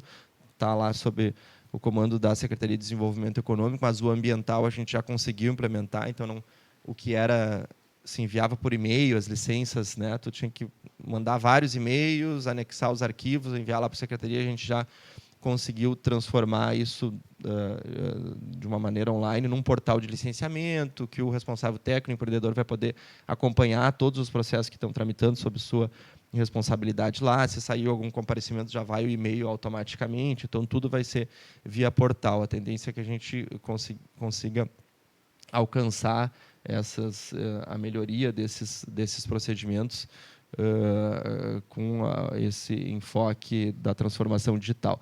Um ponto bastante importante que a gente vem trabalhando aí no processo e que a gente considera primordial é a criação de uma plataforma de planejamento, né? O município sofre muito com o problema de dados, né? De informações. Cada secretaria tem a sua informação e nós não temos para planejamento essa informação organizada. Ou a gente tem minimamente algumas coisas, algumas camadas lá da ADM, da Declaração Municipal Informatizada, que a gente tem. Mas informações das mais diversas secretarias, a gente não tem isso organizado numa plataforma, e por isso que tem que se reunir todas as secretarias numa mesa para informar as suas políticas dos mais diversos órgãos, e a gente não tem isso organizado. Então, com o processo de revisão, a gente previu isso, vai ter uma consultoria, né, que vai nos apoiar, né, via Programa das Nações Unidas para Desenvolvimento. São várias consultorias que vão nos apoiar no desenvolvimento dessa plataforma, onde a gente vai reunir todos os dados, né, das secretarias, vai fazer um teste de modelagem, um protótipo ao longo do processo de revisão do plano diretor, de como é que vai se operar para fins de planejamento urbano, né? Onde que estão as redes de água, de esgoto, as escolas, as áreas verdes, né? Os corredores, a APP, enfim, tudo aquilo que gera, né, algum dado e que é importante para fins de planejamento urbano e licenciamento tem que estar nessa plataforma, que vai ser dado a transparência para o empreendedor, para o responsável técnico também poder consultar e visualizar antes de, né, elaborar o seu projeto. Então, a gente vem apostando bastante assim para viabilizar a automação dos sistemas. Tem muita coisa que a gente conseguiria criar ferramentas e formas de automatizar, não precisando de análise, né, do poder público. Se a gente tem a informação previamente, tem numa plataforma, aquilo já entra no sistema, já cruza se pode, se não pode, se o plano permite, qual é a atividade, entendeu? E a gente começa a melhorar e dar transparência para os dados, né, segurança jurídica no território do município, que muito, né, se falta, a gente sabe, é muita insegurança, a gente não tem nem a validade das informações da ADM. Olha que vergonha, a pessoa quer empreender, alguém quer comprar um terreno, um território, vai lá e tira a informação, e o município diz, não, a gente não valida, assim, isso aí está por tua conta, essa informação, né? A gente está expedindo aqui o documento, mas amanhã tu vai vir, daqui a pouco nós vamos ter mudado aqui, entram vários gravames aí. Então, minimamente, a gente tem que corrigir esses problemas e dar segurança jurídica para esse boletim, que é um boletim informativo, enfim, que a gente dá do território. Essas informações, elas têm que estar corretas. Sabe por que a gente não dá? Porque a gente não tem segurança naquilo que a gente está passando. Tem algumas camadas ali que são mais claras, mas tem algumas que a gente tem que ter que verificar e confirmar no trâmite do processo. A gente não consegue te dar, né? E aí, daqui a pouco, estão 2 anos lá tramitando. Não vai poder. Então, a gente tem que dar isso previamente. Isso é segurança jurídica, é básica, né, para o território se desenvolver. E a gente vem olhando já, inclusive, como a gente pode fazer agora já por decreto, talvez mexer algumas coisas na ADM para viabilizar essa segurança jurídica. A gente consegue fazer quase um evento tragicômico de o porquê que cada um de nós já trancou na prefeitura por algum motivo. Então, né, a gente conhece. E, né, parâmetros claros, gestão urbana, atualização constante com a plataforma, né, que vai se dar. Algumas ferramentas, né, autolicenciamento daquilo que é possível. A gente fez, e até para qualificar os responsáveis técnicos, assim, o poder público entra governo, passa governo. A gente tem mais dificuldade de organizar os processos de licenciamento e dar a devida qualidade aos serviços que a população, que a cidade exige. Então, a gente tem que começar a pensar novos formatos e ferramentas de distribuir né, essa construção do território do município. E como a gente faz isso? Por exemplo, o autolicenciamento é uma ferramenta muito fantástica, que a gente conta com um responsável técnico e fortalece o trabalho deles para aprovar, fazer as análises da legislação, o que o município entende como correto, o que está postos nas leis, e a gente não ter essa interferência, essa demora. Então, mas, claro, para a gente chegar nesse nível, nós temos que ter parâmetros claros, porque vocês vão se sentir inseguros em botar a sua responsabilidade técnica, porque o grande gargalo sempre é os dados, é a informação que vocês estão buscando, né? E aí por isso que atrasa os processos, porque não tem. Então, a partir do momento que a gente cria uma plataforma, né, consegue dar mais transparência nesses dados, a gente consegue pensar em autolicenciamento. Olha, são esses os parâmetros, o que a lei diz é isso. Bom, se a lei diz isso, eu estou cumprindo isso, eu posso me responsabilizar por aquilo. Né? A gente conseguiu fazer para habitação de interesse, a pequena casa, né? A habitação unifamiliar, a gente conseguiu estabelecer, era opcional, a gente fez uma construção ali para não alterar isso enquanto eu estava lá na Procuradoria ainda, para não precisar alterar a lei, a gente fez por decreto, dizendo que, bom, o Poder Público licencia, mas com base na informação prestada pelo responsável técnico. E deixou opcional a habitação, a casa unifamiliar, mas o resultado ninguém quis fazer, entendeu? Então, agora a gente vai tornar obrigatório, né? Mas, claro, tem que se dar os parâmetros mais claros para ter essa segurança, porque as pessoas têm muitas dúvidas, é muita informação que se falta. Bom, se a gente não dá, pelo menos na DM, ali, a segurança de que vai valer aquela informação urbanística, fica difícil de a gente querer exigir a responsabilidade técnica. Então, mas por isso que é importante investir em GEL, né? O governo disponibilizou um recurso de financiamento também de 6 milhões lá para a GEL, a própria plataforma de planejamento, que a gente está financiando via plano diretor também, para qualificar esses dados e a gente organizar essa informação e aí começar a pensar em automatização, pensar em autolicenciamento, que eu acho que é o caminho que a gente tem lá no meio ambiente.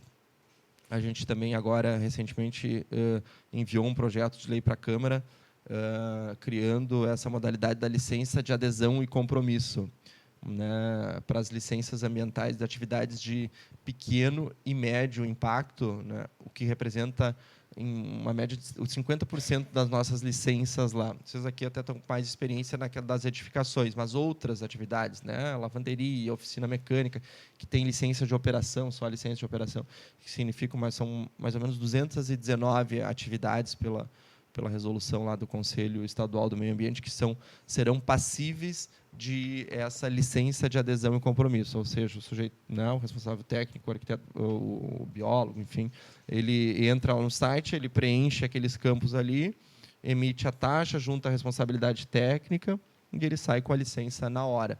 Isso vai acabar nos desonerando um pouco desse trabalho das atividades de pequeno e médio, que são mais corriqueiras, que são as mesmas condicionantes, são parecidas, nos possibilitando que a gente invista um pouco mais em monitoramento, em fiscalização, que esse é o grande papel do poder público, não tanto encher uma licença de condicionante a mais bela possível, demorar um ano, que era a média, que a gente tem até um pouco mais de um ano, para expedir essas licenças de pequeno e médio impacto, que a gente possibilita isso, que o responsável técnico emita com sua responsabilidade na hora, e o poder público faz monitoramento e fiscalização, e a gente consegue focar nosso esforço para aquelas atividades mais complexas, que a gente talvez não tenha os parâmetros, que exijam alguns estudos, né? Então, acaba que nos desonerando, mas a gente entende como esse é o caminho, né, do autolicenciamento, para a gente viabilizar novas oportunidades aqui em Porto Alegre. Aqui, por último, a gente traz só, né, do processo de revisão que vai se dar ao longo do próximo ano. A gente fez já algumas oficinas, as oficinas nos territórios. A gente tem 8 regiões de planejamento, né, dividido em regiões de planejamento, o nosso plano diretor. Cada região de planejamento tem um conselheiro eleito pela comunidade, que tem assento lá no Conselho do Plano, onde deliberam os projetos especiais de impacto urbano. Então, a gente já foi até as regiões de planejamento fazer uma leitura inicial, a leitura comunitária, que a gente chama, colhendo alguns dados que eles entendem como prioridade, pontos centrais, enfim, marcar dentro de um mapa. A gente foi nas 8 regiões, fizemos 9 oficinas, porque uma a gente dividiu em 2, até nas ilhas. E agora a equipe está organizando esses dados, informações, cruzando com as estratégias do plano para levar até a comunidade, depois fazer essa oficina devolutiva. Vão ter as oportunidades, né, das oficinas técnicas, e aí é importante a gente ter essa participação, e eu conto muito com a ASBEA e a qualidade técnica da ASBEA para estar junto do processo, para não ficar sempre só o mesmo público, aquele que se organiza, que vai em audiência, que vai em debate. É importante a gente ter essa interação, o apoio de vocês, porque vocês entendem, compreendem a cidade e as problemáticas, né, objetivamente, como a gente pode trabalhar isso, né? Então terão, a gente fez alguma consulta pública, vão ter outras, e a gente vem aprimorando agora com o ingresso da consultoria, que vai se dar ao longo do próximo ano das consultorias. A gente pretende também trabalhar um pouco melhor com novas ferramentas, com WhatsApp, alguma coisa no celular, né, e site, para sair dessa questão mais tradicional da audiência pública, que vai sempre o mesmo público, eles vão nessa, vão nessa, vão nessa. E aí fica aquelas como sendo a visão da cidade, porque é um formato do colheto, tem que ter essa representação nos processos de revisão do plano diretor. A gente tem os diálogos temáticos, que também a gente inseriu aí como novo, que é como, por exemplo, né, hoje a gente está aqui conversando, ouvindo, né, acaba que nos agregando no processo de revisão. As audiências públicas, a própria conferência depois que vai ter que ter, isso tudo faz parte do processo colaborativo de revisão do plano diretor, que a gente tem uma visão, a gente entende, né, o que tem que se alterar, uma experiência, mas a gente tem que levar isso para debate da sociedade como um todo, né, que a consulta pública, né, essa que a gente fez lá pelo site do orçamento participativo, pode ter outras ferramentas que a gente vem trabalhando, a gente já fez uma consulta, teve uma participação pequena, quantas pessoas? 480, 200? Isso, imagina, dentro do território, tu vê, pequenas, as pessoas têm dificuldade, né, e é um desafio nosso a gente mostrar o quanto impacta, né, um plano diretor no território, né, no seu dia a dia. Então a gente tem que organizar com material gráfico. Enfim, estamos esperando um apoio agora da consultoria para a gente trabalhar isso aqui lá nas oficinas que eu comentei, territoriais, onde a gente leva os mapas, pede com as canetinhas para eles marcarem centralidades, enfim, o que eles entendem como importante dentro do seu território, equipamentos.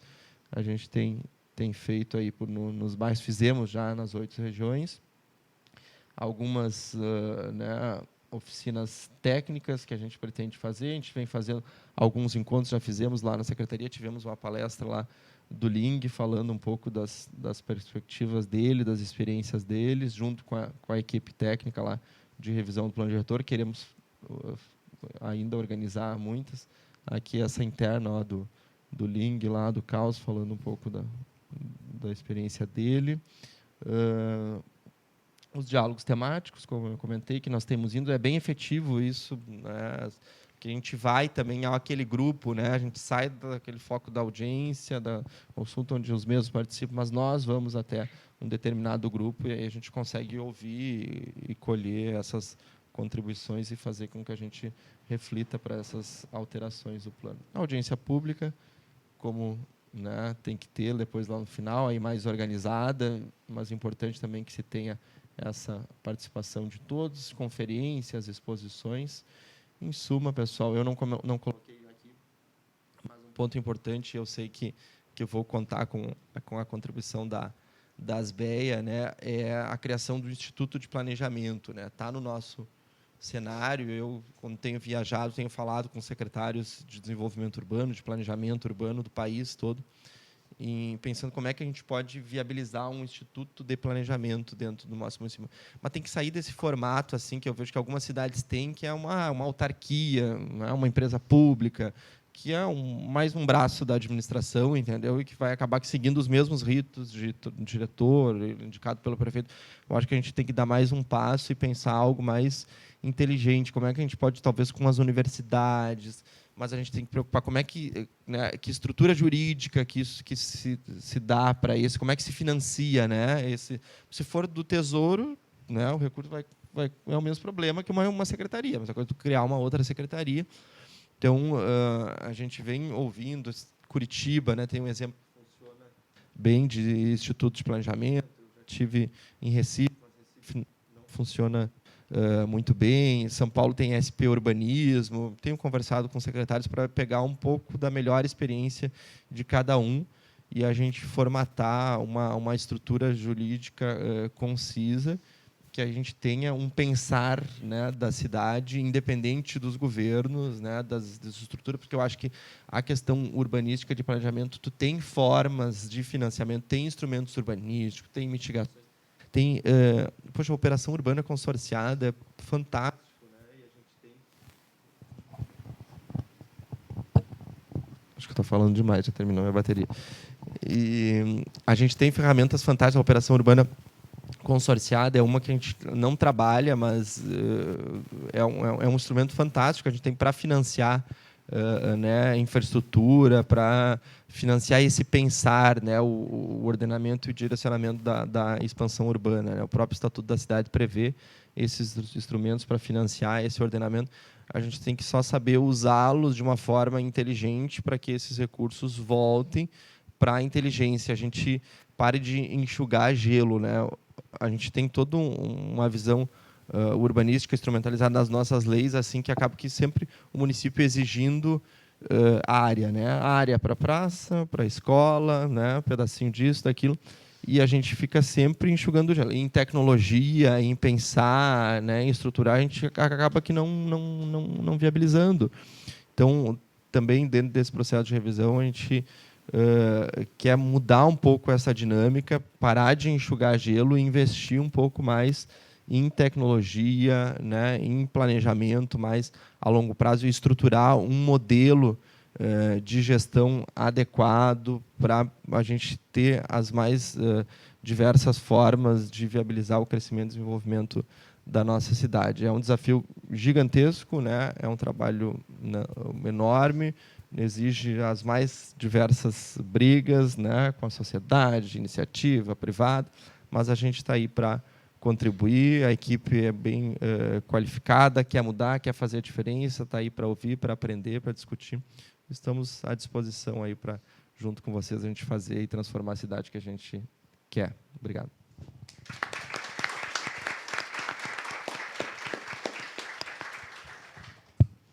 Não. Oi, voltou.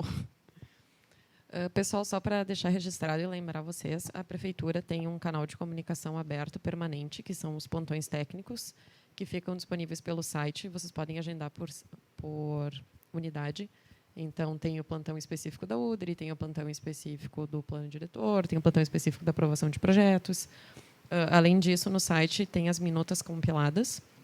Até não me lembro de quando é a última atualização, mas grande parte da legislação que a gente tem, que é fragmentada, já está condicionada em um local só para consulta. Vou abrir as perguntas, na verdade, com uma pergunta que me fazem recorrentemente, que não sei se os 3 meninos têm a resposta, mas em função dessa revisão do plano que está em andamento, e até se as meninas quiserem participar, se já existe algum prazo de ele ser disponibilizado a público e de ele entrar em vigor. Na nossa estruturação de entrega do plano, a gente pretende, depois do período eleitoral, em novembro, enviar ele para a Câmara de Vereadores.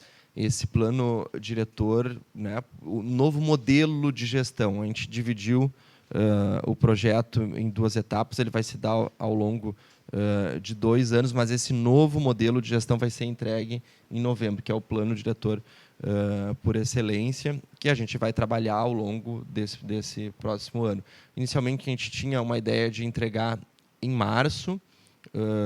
Eu assumi, né, não tem muito ali à frente da secretaria, a gente teve que remodelar em função da consultoria, porque é o Programa das Nações Unidas para Desenvolvimento, envolve o Ministério das Relações Exteriores, né, acaba que vindo um apoio internacional da ONU, e isso acabou atrasando um pouco o processo. A gente vem fazendo as oficinas já de uma forma para adiantar esse processo, mas a gente acredita que em janeiro, agora dia 18, a gente vai assinar com a ONU realmente o documento para repassar os valores, enfim, e aí em janeiro, fevereiro, essas equipes de consultoria entram, nos dão o suporte e a gente trabalha ao longo do próximo ano para entregar, né, depois do período eleitoral, até porque vai estar tenso e a Câmara daí vai discutir depois.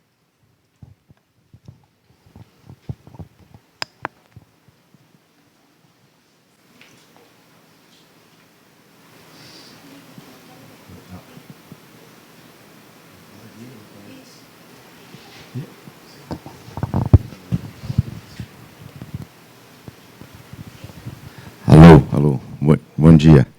Em primeiro lugar, parabéns pela apresentação de todos, dos Rodrigos, do Germano. E nós, como ASBEA, a gente fica muito feliz em ter essa oportunidade de debate. Eu acho que assim, é uma das poucas vezes que um poder público, uma administração municipal se demonstrou tão aberta ao diálogo, à forma de contribuição, de trabalhar de forma colaborativa, sabe? Então, vocês estão de parabéns com tudo isso. E uma questão para ti, Germano. Eu acho que assim, o final dessa tua fala assim, foi como música para os nossos ouvidos, quando tu fala do Instituto de Planejamento, que é uma bandeira que nós das BEA a gente vem levantando isso desde o início do ano, né? E realmente, ao mesmo tempo que é uma ótima oportunidade, é um grande desafio, né? Como é que a gente pode viabilizar isso? Tu comentas dessa questão de criar uma espécie de uma autarquia, eu concordo contigo, né? Daqui a pouco a gente vai criar mais um instrumento, mais um órgão para ser algum problema de um cabide de emprego, enfim, coisas que não vão viabilizar no futuro, né? Então, assim, como é que a gente pode trabalhar em prol nesse sentido para transformar isso em algo real? Porque eu fico preocupado também, agora a gente tem as eleições ano que vem, né? Daqui a pouco, assim, tu e toda essa tua equipe, isso aí é o vá que mude a administração. Todo esse trabalho que vocês vêm construindo de forma tão brilhante, ele pode acabar. E aí a gente vai para uma nova administração, daqui a pouco uma outra linha totalmente diferente, como é que vai ser? Né? Então eu fico pensando aqui comigo, como é que a gente pode, daqui a pouco, o modelo de trabalhar com os 3 entes da sociedade, daqui a pouco o poder público, a academia e o poder privado. Como é que tu chegou a dar uma pesquisada a mais nisso? Eu vi que tu conversou com outros órgãos, enfim, outros municípios. Como é que tu enxerga isso? É um modelo, daqui a pouco, de trabalhar com esses 3 agentes? Sim, eu venho conversando, enfim, com secretários do país todo, assim, tentando, eu acho que a forma também de vocês contribuir é trazer esses modelos, a gente botar um pouco no papel o que se tem no mundo, né, de ferramentas para a gente pensar. As experiências que eu vi até então, assim, achei que não iriam funcionar aqui em Porto Alegre, porque são modelos, uma autarquia criou uma empresa pública, vai ser só mais uma estrutura, porque hoje a gente já tem a previsão no nosso plano diretor da criação do Instituto de Planejamento. Então, a gente poderia criar uma unidade, mas você entendeu que todo tem que ter o plano de cargos, de salário, como se financia. Essa estratégia tem que ser melhor trabalhada para a gente ter algo efetivo. Na minha visão, de fato, a gente tem que ter algo que vai além só do executivo municipal. Tem que ter uma interação com a academia, sair um pouco, inclusive na questão da gestão, da eleição, de como é que vai se dar essa direção do Instituto como um todo, que recursos, como é que se financia, né, esses planos de cargo, de salário, como é que vai funcionar. Essa gestão é bastante importante. Eu não tenho ainda a solução, tenho conversado e tentado me aprofundar para ver quais os modelos e extrair um pouco de cada um, mas eu acho que a ajuda que a ASBEA pode nos dar é assim, bom, você tem contato pelo Brasil, pelo mundo, entendeu? Vamos ver como é que funciona, né?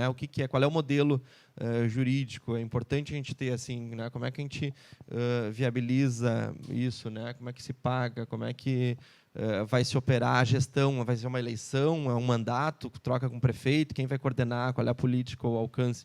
São Paulo tem a SP Urbanismo, mas a SP Urbanismo ela se financia com recursos um pouco das operações urbanas consorciadas, o que é uma coisa legal já, porque não é do tesouro do município, que é um instrumento fantástico. São Paulo arrecada muito, então um pouco das operações urbanas financiam, mas o restante é do Tesouro. Ela é uma estrutura vinculada à Secretaria de Desenvolvimento Urbano lá de São Paulo. Eu tive em Recife também, mas lá também é o Instituto Pelopitas. É uma estrutura da administração, assim, troca conforme a gestão. Acho que esse não é o modelo a ser seguido. A gente tem que aproveitar, ver as outras experiências, talvez de mundo, enfim, que você tem para a gente inserir a academia, mas tem que pensar nisso. Como é que se financia? Modelo jurídico, que cargos, é concurso, não é a gestão, né? Qual é a política que faz? Isso tudo tem que ser pensado para não ser simplesmente uma estrutura à parte ali mais a ser criada.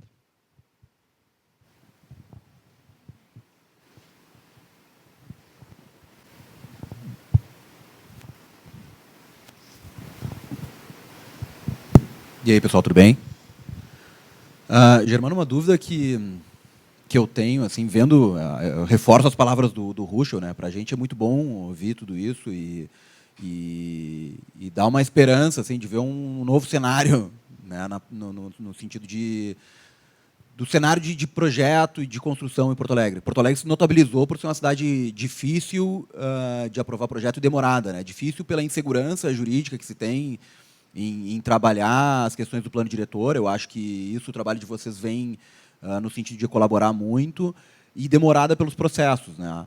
A minha pergunta é se o pessoal da Secretaria de Planejamento do Desenvolvimento, né, SMDA, tem se engajado nesse processo com vocês aí de alguma forma para tentar contornar essa questão também, porque eu vejo que o plano diretor ele é fundamental. Se a gente conseguir botar em prática metade do que vocês têm sugerido aí, é um grande avanço para a cidade, mas a gente vai continuar amarrado muito na questão do prazo, né, que hoje eu acho que é um dos grandes fatores que faz Porto Alegre perder investimento para outras cidades como Canoas, Eldorado, enfim.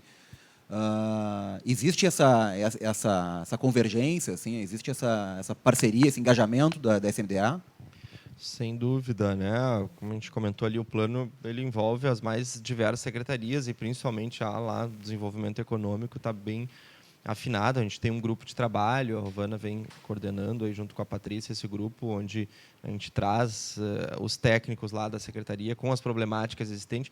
E o positivo também que na equipe lá do meio ambiente a gente trouxe experiências, né? A própria Patrícia, nossa diretora, estava à frente do escritório, anos no parcelamento do solo, planejamento, a Rovana, né, da EPTC, enfim, conhecendo e vivenciando a realidade, né? Para a gente sair dessa questão mais teórica. Isso é o meu perfil um pouco assim também, sair desse campo teórico e ir para o campo objetivo mesmo, como é que a gente faz, como é que a gente viabiliza. Então, porque tu vai ver do ponto de vista teórico, de estratégia, de princípio, nosso plano está maravilhoso, está tudo lá, né, bacana, bonito, mas aí o como fazer, entendeu? Bom, aí ó, outros 500. Então a gente vem pensando nisso, né, como é que a gente viabiliza o como, né? Como é que a gente regulamenta, vai para essa escala que a gente denomina intermediária para viabilizar essas coisas, né? Esse é o nosso grande desafio e a gente vem trabalhando em sintonia para resolver um pouco. E por isso que quando a gente fala em plataforma de planejamento, para ter os dados, é para a gente revisar lá né, a questão dos estudos de viabilidade urbanística, as dificuldades, para a gente poder automatizar algumas coisas, ter as regras mais claras e a gente resolver um pouco desses problemas, né, que são dos mais diversos, que afetam com bastante dificuldade os processos de licenciamento, a gente conhece.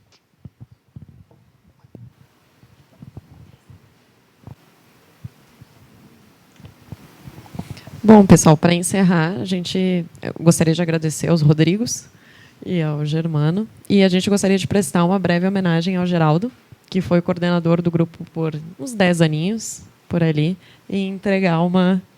Pode vir, Geraldo, sem vergonha.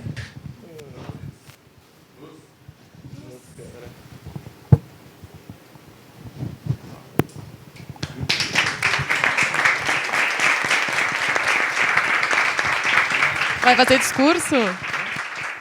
Não, agradeço todo o grupo, né? Que aqui, deixa eu ver, do original, acho que só o Safer, né? Do nosso grupo de... Hã? Não faz tanto tempo assim, né? Acho que fizemos um bom trabalho e continuamos e estamos aí, né? Ainda tocando. E a Ellen está substituindo a altura, né? Mais baixinho. Então tá, pessoal, muito obrigada.